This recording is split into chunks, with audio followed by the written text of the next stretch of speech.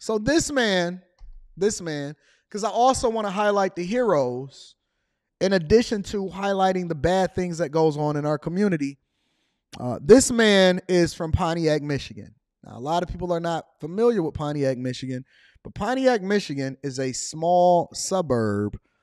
It is actually considered one of the worst suburbs in Oakland County. So you got Wayne County, which Detroit is in, and then you got some really nice suburbs that is around still in Wayne County, like Livonia, so on and so forth.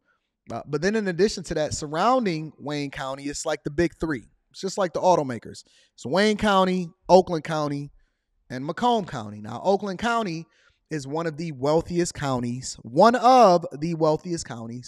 in the United States of America. But Pontiac is like the bad little sister, that one person in the family that just can't get right. Everybody in the family is successful except for Pontiac. Everybody is in there is successful except for Pontiac. Bad little sister. Problem child. Stepchild. Read no super chat shortly. Stepchild inside of the family, right? My man, he called him BooPac Shakur. Now, I was always trying to figure out, why do they call this man BooPac Shakur? Why do they call him BooPac Shakur? Well, apparently he was the boogeyman, and he approached people and he dealt with it accordingly, similar to how Tupac hit him up was when he got in front of his ops. Now, who was his ops? His ops just so happen to be child predators. Make sure y'all subscribe to the channel, turn on your notifications, tap into the Patreon. Link is in the description as well as pinned to the top of the chat. Let's run it up. That deputy. So, let me preface before I show you this, and I'm going to be reading super chat shortly. Let me preface this before I show you this. This that I'm going to show you first, I'm going to show you two different videos. This one that I show you first is a video from 1 year ago. 1 year ago. This video that I'm going to show you first is from 1 year ago. All right. In uniform for just about 5 months here at the sheriff's office, and now he's in some trouble. And it's all because of a vigilante here in Pontiac who works to catch child predators. They be like, wow, really? Yeah. You're 15. Robert Lee, a self-proclaimed vigilante, posing on the Whisper messaging app as a 15-year-old girl to lure would-be predators. I downloaded the Whisper app myself, but then I tried to catch somebody and somebody showed up. Like that quick. They look like I'm catching a predator right now. He's only been doing this a few months and says he's caught and publicly shamed dozens of men, in some cases even handing his evidence over to police. They keep saying they can get in trouble, and they still go through with it, and they still get caught. The latest this week, he says, is an Oakland County Sheriff's deputy assigned to the jail who's now suspended without pay due to Robert's actions.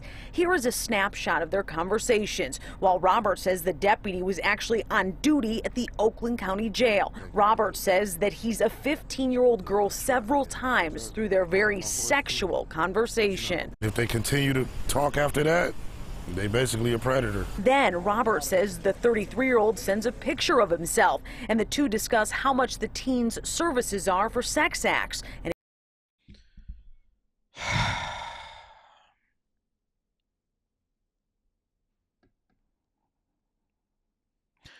I don't even want to question why y'all sending y'all pictures, because I want y'all to continue to send y'all pictures.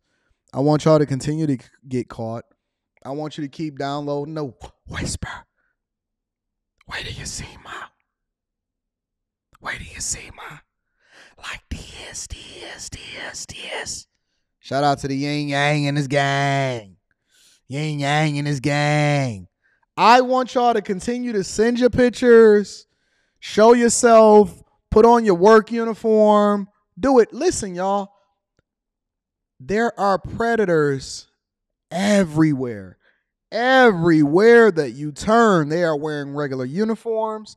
They are your police officers. They are your pastors. They are your crossing guards. They are your teachers. They are your executives. They're in information technology. They are in the public sector, political sector, every single place that you turn to. You could be walking past somebody that is trying to lure you or in this particular case, what he thought was a 15-year-old girl, while he's sending uniform pictures and asking for a purchase price for how much he would be able to get that. That's insane. That is insane. It just makes you think though, right?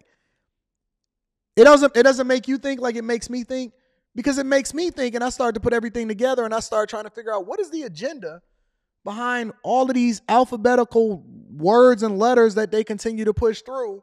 And then I start seeing legislation across the United States of America and out in California. And then I start seeing words, because words mean things, and they say stuff like, well, you can't help who you love or who you're attracted to. Have y'all ever heard that before?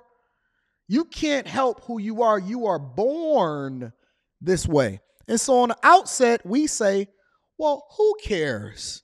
Anybody can do anything that they want to do as long as it don't affect me. I just said 3 different statements that we've all justified in our minds that may make sense considering the direction that this country is going. Think about it. It don't affect me. What do I care? You can't help who you are. You're born this way. All 3 of those things are things that have been programmed, stamped into our minds, and beat into us time and time and time and time again. So much so that people say it without even consciously thinking about what it is that they're communicating. Okay, so cool. Well, if that's the verbiage and that's the rhetoric that we've now been programmed to embrace, how can you not use it? This is what the legislation is saying. How can you not use it to justify your attraction to something that we think is egregious today? Are we being reprogrammed to look at what it is that we've seen based off of the rhetoric that's been programmed into us, to think differently about what people are attracted to? If you can't help who you're attracted to, then that means that you should be able to justify your mindset and your predator behavior when it comes to what you're attracted to. You see how an agenda then is used to reprogram you to look at something as normal that you didn't think was normal before. But in order for us to be able to push things through, we have to substantiate it by getting you to accept it. The minute that you accept it as normal is when we can then justify it, which is why it's called an agenda. It's something that's being pushed to you so that you embrace it. The worst thing that you can do for somebody is force them to do something that they don't want to do, because you'll always get resistance. If they program you to think a certain way, then that means that they don't have to push you. You'll be the one that do it for them. You're not paying attention. You're not paying attention because you're so focused on how you feel instead of being focused on, hold on. Hey, somebody time out. Don't block them. Time out, got it all day, 313. Please don't tell me how to run my show. If you could do it, you would do it, but you're not doing it, so shut up and enjoy the show like everybody else. Somebody, moderator, time out, don't block, time out, got it all day, 313. It's unfortunate I got to time out somebody from my own city. Let's continue. It gets even more graphic. And again, for those of y'all that's just coming into this is what happened a year ago. And I'm prefacing this story so that I can show you what's happening today.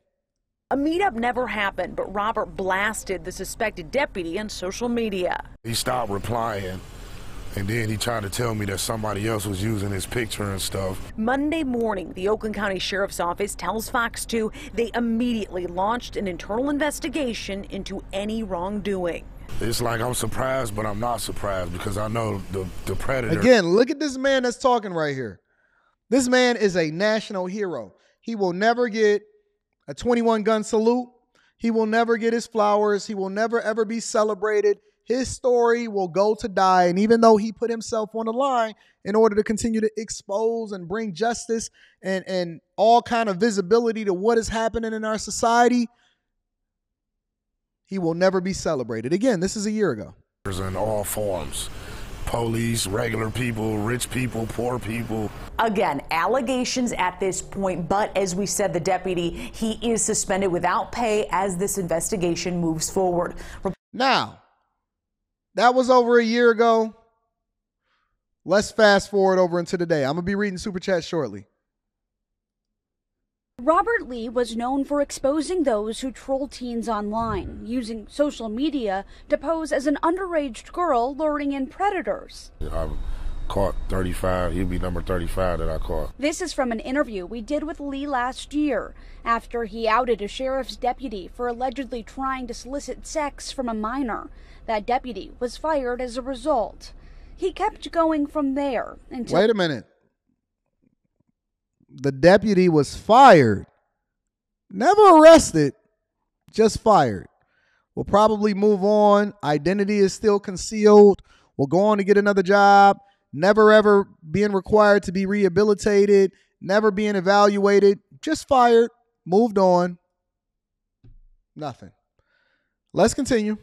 Last night when a confrontation cost him his life. Police say he confronted two men inside a Coney Island in Pontiac. Lee accused one of them of being a pedophile and punched him. In return, one of the men pulled out a knife, the other a gun, and shot Lee to death. At a vigil outside the restaurant, friends and family mourned his death. We're going to honor his memory. We're here to show support and show that, you know, everything he did was not for nothing. We're here to show that he really made an impact on the community. From the get, police have called Lee's work well-intentioned but dangerous. We know he has good intentions from this, and we've actually suggested to this individual multiple times, this is really dangerous. And here's some of the problems and pitfalls with doing this. And tragically, it played out that way.